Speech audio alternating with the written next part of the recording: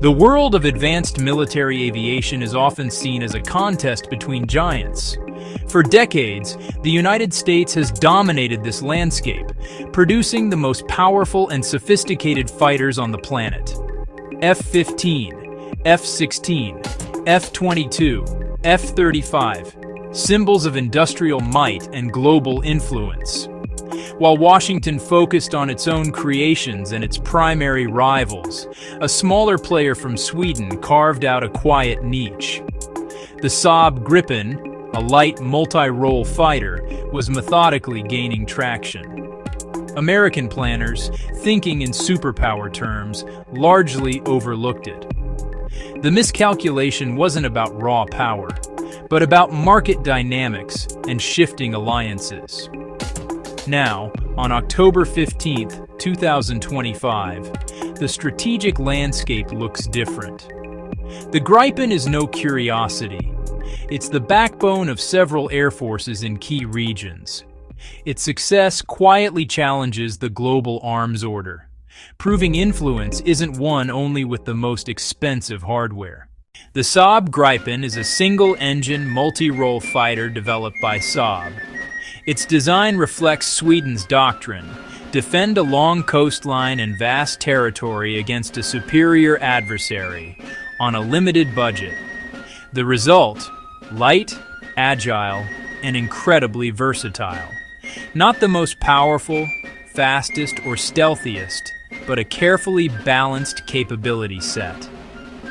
Built for dispersed operations, Gripen can take off and land on short, straight sections of public highway. That demands rugged gear, simple maintenance, and fast turnaround.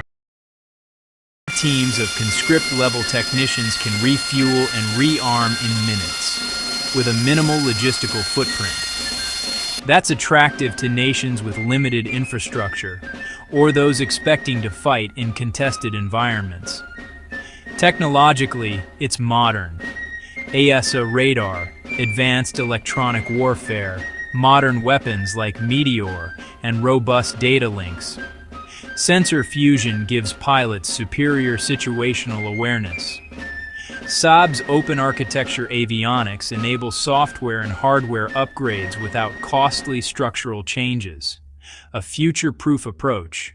The most compelling advantage is cost, both to buy and to operate.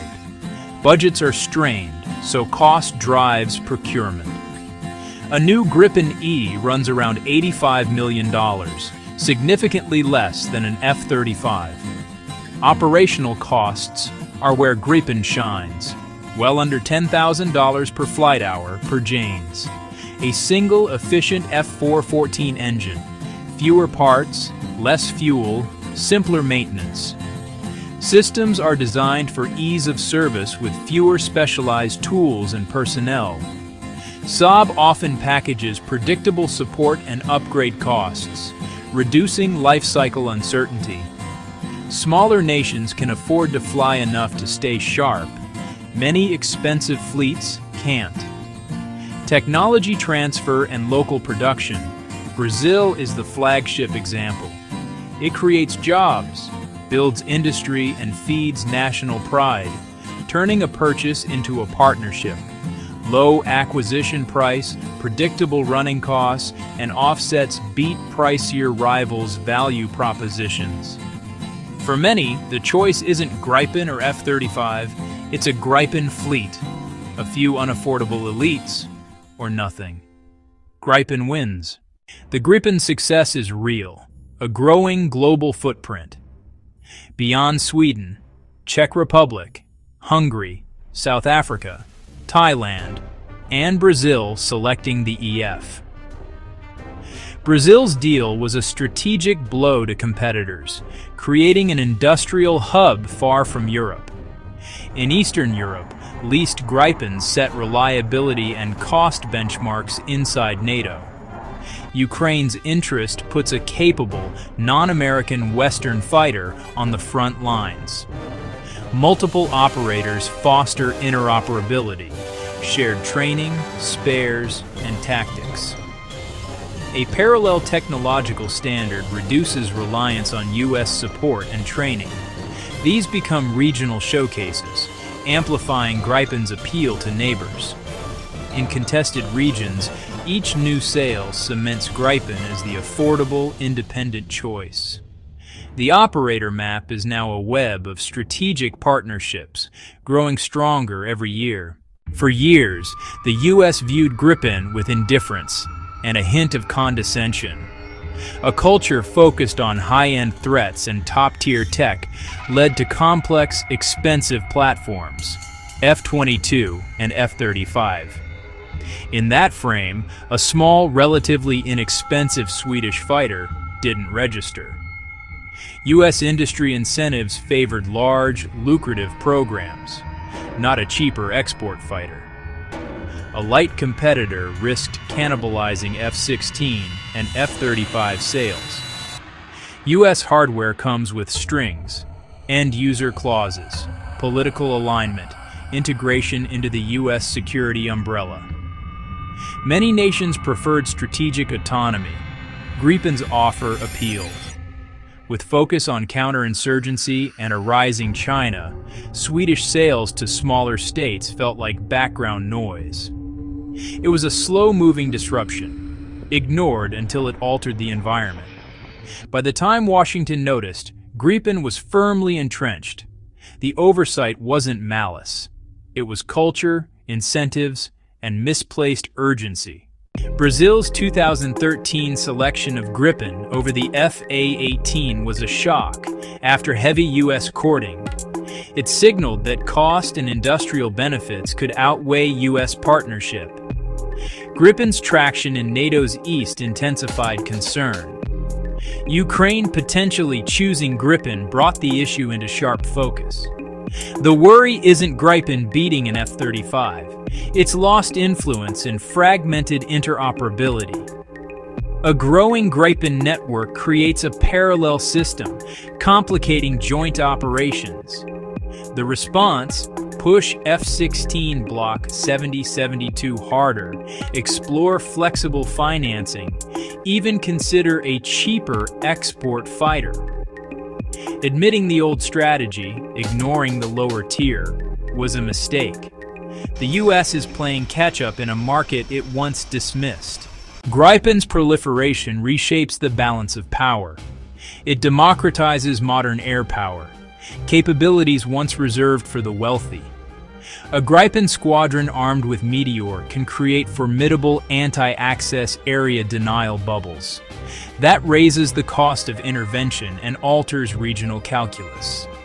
Neighboring Gripen users can share threat data in real time. A common picture enables joint training, aligned tactics, and procedures. In crisis, they could cross-service each other's jets, boosting resilience. A regional security bloc emerges, independent of direct U.S. involvement. Gripen has limits, less payload and range than F-15 or Su-35, no deep penetration stealth like F-35. Against fully integrated air defenses, it's disadvantaged, but most conflicts aren't top-tier IADS fights. For real-world missions, Gripen is more than capable. Faced with Gripen's success, the U.S. has options, each with trade-offs. Compete head-on. Aggressively market advanced F-16s with flexible financing and offsets.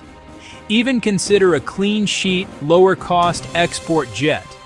Or pivot, deliver training, doctrine, logistics, and joint exercises as the value core. Strategically accommodate. Invest in comms gateways that network Gripens with U.S. F-35s and F-16s.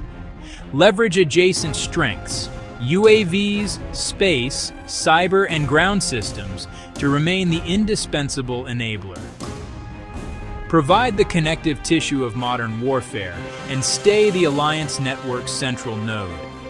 Influence can be sustained, even when the jet isn't American, by being the best partner.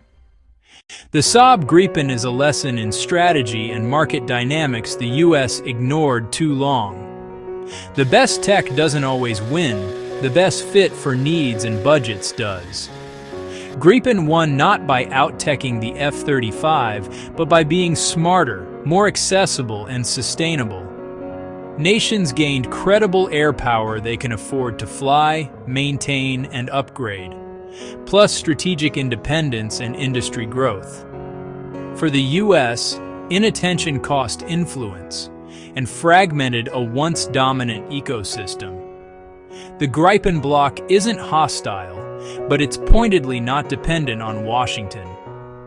The choice: focus only on the high end and cede the middle, or adapt. Offer flexible, affordable, partner-focused solutions, build resilient, lasting ties. The takeaway: influence now belongs to the most valuable partner, not the flashiest weapon.